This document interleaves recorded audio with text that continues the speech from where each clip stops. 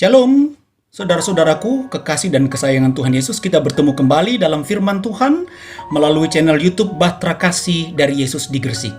Dan adapun khotbah pengantar dan penguat memasuki pekan kehidupan yang baru saat ini terambil berdasarkan kitab 1 Tawari 14 ayat 8 sampai dengan 17. 1 Tawari 14 ayat 8 sampai dengan 17. Dan judul renungan kita saat ini saudara-saudara adalah setiap hari mari berperang. Setiap hari mari berperang. Tapi sebelumnya saudara-saudara, sambil mendengar akan perenungan firman Tuhan, sambil membaca firman Tuhan, sebelum kita mendengar atau membaca firman Tuhan, mari kita berdoa. Tuhan Yesus, Allah Bapa kami, serta Juru Selamat kami, terimalah ucapan syukur kami atas hari hidup serta kehidupan yang Kau berikan bagi kami memasuki pekan yang baru saat ini. Dan Tuhan, izinkan kami berkata bahwa pertolongan kepada kami jadilah di dalam kuasa Tuhan Yesus, Allah Bapa kami, dan kasih karunia-Mu yang akan memampukan kami serta memimpin kami memahami akan firman kebenaran-Mu. Bersabdalah ya Tuhan, kami semua siap menjadi pendengar dan pelaku-pelakunya. Haleluya. Amin. Nah, saudaraku, biarkan Alkitab saudara terbuka. Sambil membaca, mari kita menyimak akan perenungan firman Tuhan kita saat ini. Saudara-saudaraku umat Tuhan Yesus, bacaan firman Tuhan kita saat ini yaitu 1 Tawari 14 ayat 8 sampai dengan 17 itu menceritakan tentang kisah dari Daud yang baru saja diteguhkan oleh Tuhan untuk menjadi raja atas bangsa Israel. Dan tantangan pertama yang harus dihadapi oleh Raja Daud saat itu adalah dia harus memimpin bangsa Israel untuk menghadapi bangsa Filistin. Saudara bisa lihat di ayat yang ke-8. Nah, menghadapi tugas ini, apakah Daud takut? Apakah Daud gentar? Jawabannya tidak, saudara-saudara. Daud memimpin bangsanya mengalahkan para penyerbunya. Dan Daud berhasil. Bersama dengan pasukannya, dia berhasil menaklukkan bangsa Filistin. Lalu mungkin kita bertanya, apa kunci kemenangan Daud atas Filistin? Nah, untuk mengetahui akan jawabannya, saudara-saudara bisa perhatikan dalam ayat yang ke-10 dan 11 dari bacaan kita saat ini, ayat 10 dan 11. Nah, saudara-saudara, di situ dikisahkan kepada kita bahwa bertanyalah Daud kepada Allah. Apakah aku harus maju melawan orang Filistin itu? Dan apakah akan kau serahkan mereka ke dalam tanganku? Tuhan menjawab, majulah. Aku akan menyerahkan mereka ke dalam tanganmu. Ayat 10, saudara-saudara. Nah, saudara-saudaraku yang Tuhan Yesus kasihi, dari keterangan dua ayat ini, ayat 10 sampai dengan 11, kita bisa memperoleh satu penegasan bahwa kunci kemenangan dalam peperangan yang dilakukan oleh Daud adalah karena dia tidak pernah lepas melibatkan Tuhan dalam setiap perencanaan dan tindakannya. Dan dia senantiasa taat melaksanakan apa yang menjadi perintah-perintah Tuhan. Jadi Daud menang karena dia tidak pernah lepas melibatkan Tuhan dalam peperangan tersebut, dalam segala tindakannya. Kita bisa lihat pada ayat yang ke-16. Nah, saudara-saudaraku yang Tuhan Yesus kasih dan yang mengasihi Tuhan Yesus, melalui bacaan firman Tuhan saat ini, pengajaran yang saudara dan saya bisa dapatkan adalah setiap hari, saudara-saudara, kita harus mengakui bahwa setiap hari hidup kita adalah peperangan.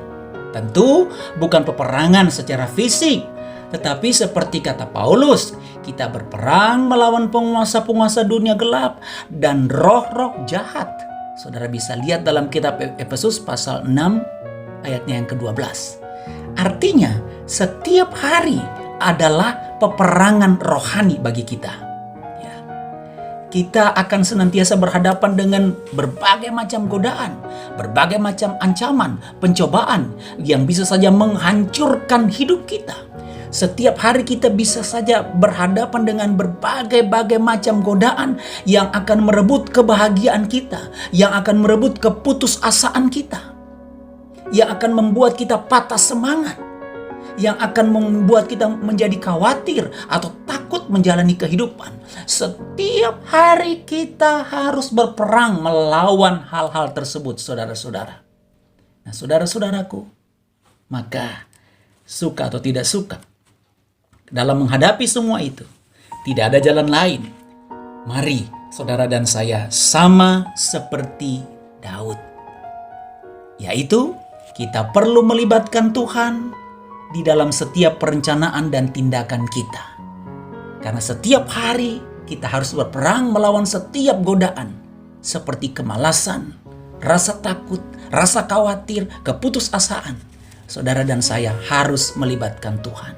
Intinya, kita jangan jauh-jauh dari Tuhan. Kita selalu berpegang dan berharap serta bersandar kepadanya. Nah, saudara-saudaraku yang Tuhan Yesus kasihi, kenapa? Pertanyaannya, kenapa saudara dan saya harus setiap hari memerangi salah satu pencobaan, yaitu keputusasaan? Kenapa saudara dan saya harus senantiasa berperang memerangi sifat ini, sifat keputusasaan ini? Jawabannya saudara-saudara, karena kalau saudara dan saya membiarkan diri kita dikalahkan oleh keputusasaan, maka kita tidak akan pernah bisa mengingat bahwa Tuhan ada bersama-sama dengan kita. Dia ada untuk memberkati dan menopang kita. Kalau kita tidak memerangi akan keputusasaan tersebut, saudara-saudara. Karena itu, libatkan Tuhan untuk memerangi keputusasaan. Jangan dikuasai oleh keputusasaan. Karena saudara dan saya tidak akan bisa melangkah memasuki kehidupan yang penuh dengan harapan. Saya kasih contoh cerita begini, saudara-saudara. Suatu kali ada seorang raja yang ingin mengetahui bahwa apakah rakyat dan dipimpinnya ini selalu hidup penuh dengan rasa yang optimis, sikap yang optimis. Maka dia pun keluar dari istananya dan mengajak para pengawal-pengawalnya. Dan suatu ketika raja dan pengawal-pengawalnya ini tiba di sebuah jalan yang sangat sempit. Sangat sempit karena di sisi kanan daripada jalan itu ada jurang. Dan di sisi kiri daripada jalan itu ada bukit batu, ada dinding bukit batu. Jadi jalan itu sangat sempit. Jalan satu arah itu sangat sempit, saudara-saudara. Nah, ketika tiba di jalan itu, raja memerintahkan supaya para pengawalnya mencari batu-batu yang besar untuk ditumpuk di atas jalan itu dan menghalangi jalan itu. Lalu kemudian pengawalnya mengikut apa yang diperintahkan oleh raja dan pengawalnya bersembunyi. Lalu mengamati orang yang akan berjalan di jalan tersebut. Datanglah orang yang pertama. Ketika melihat ada tumpukan batu yang sangat tinggi, karena orang ini membawa beban, orang ini menggerutu dan berkata, saya tidak akan bisa melewati jalan ini. Lalu orang ini berputar arah, dia putus asa, dia kembali. Tapi datang orang yang kedua, saudara-saudara, kembali dengan membawa bekal yang cukup banyak. Orang ini kemudian berpikir sejenak, lalu kemudian dia membungkus bekalnya dengan cermat, dengan rapi sekali, lalu dia melemparkan bekal itu melewati tumpukan batu itu. Sehingga bekal itu jatuh di seberang batu-batu yang ditumpuk tersebut. Setelah bekal-bekal yang berat itu jatuh di tumpukan batu di sebelah jalan tersebut, lalu orang ini kemudian memanjat tumpukan-tumpukan batu itu dan dia berhasil menyeberangi, melewati tumpukan batu yang sangat tinggi itu, saudara. Ketika dia berhasil, tiba-tiba raja keluar dari persembunyian dan raja berkata, engkau adalah orang yang aku cari. Engkau adalah rakyatku yang tidak kenal putus asa. Sekarang kau melihat aku dan aku akan memberimu hadiah yang sangat luar biasa. Nah, saudara-saudaraku yang Tuhan Yesus kasihi dan yang mengasihi Tuhan Yesus, Anda dan saya tidak akan pernah bisa tetap bersemangat menjalani kehidupan dengan berbagai macam tantangan yang ada di depan kita jika Anda dan saya, jika kita selalu mau dikalahkan oleh sifat putus asa dalam peperangan rohani kita. Mari kalahkan keputusasaan tersebut. Tapi ingat, libatkan kuasa Tuhan dalam peperangan rohani tersebut setiap hari. Sebab tanpa Tuhan, kita bagaikan prajurit yang maju berperang tanpa senjata. Tuhan pasti memberkati kita. Amin. Mari kita berdoa, saudara-saudara. Bapa yang baik, bahkan sungguh baik dalam kehidupan kami. Berkatilah akan kami. Teguhkanlah iman dan pengharapan kami hanya kepadamu ya Tuhan. Sehingga kami senantiasa mampu menjadi pemenang melewati tantangan-tantangan hidup yang ada di depan kami. Melewati akan pergumulan-pergumulan hidup yang ada di hadapan kami.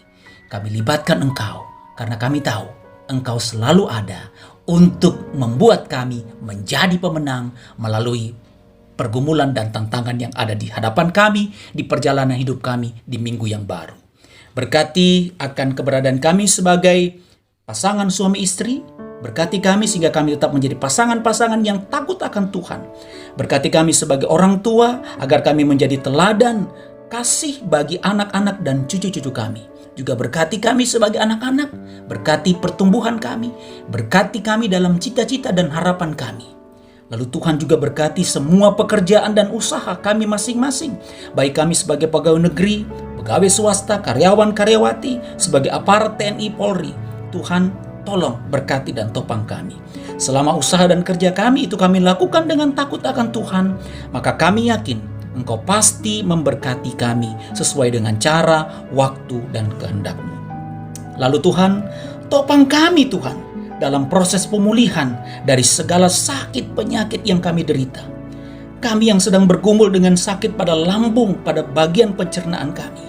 Kami yang sedang bergumul pada sakit pada tulang-tulang kami.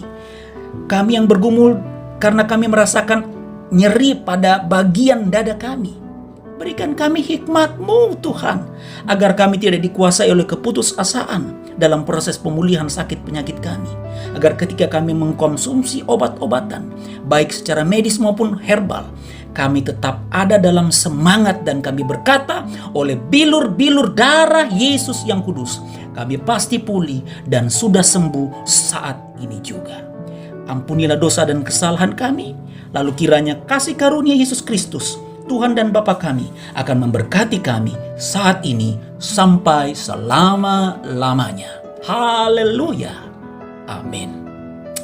Nah, saudara-saudaraku, saya Pendeta Hendra Dores, Sarjana Teologi, dan semua tim channel YouTube Bahtera Kasih dari Yesus di Kristus mengucapkan selamat bergumul juang, dan ingat, Tuhan sayang kita semua. Shalom.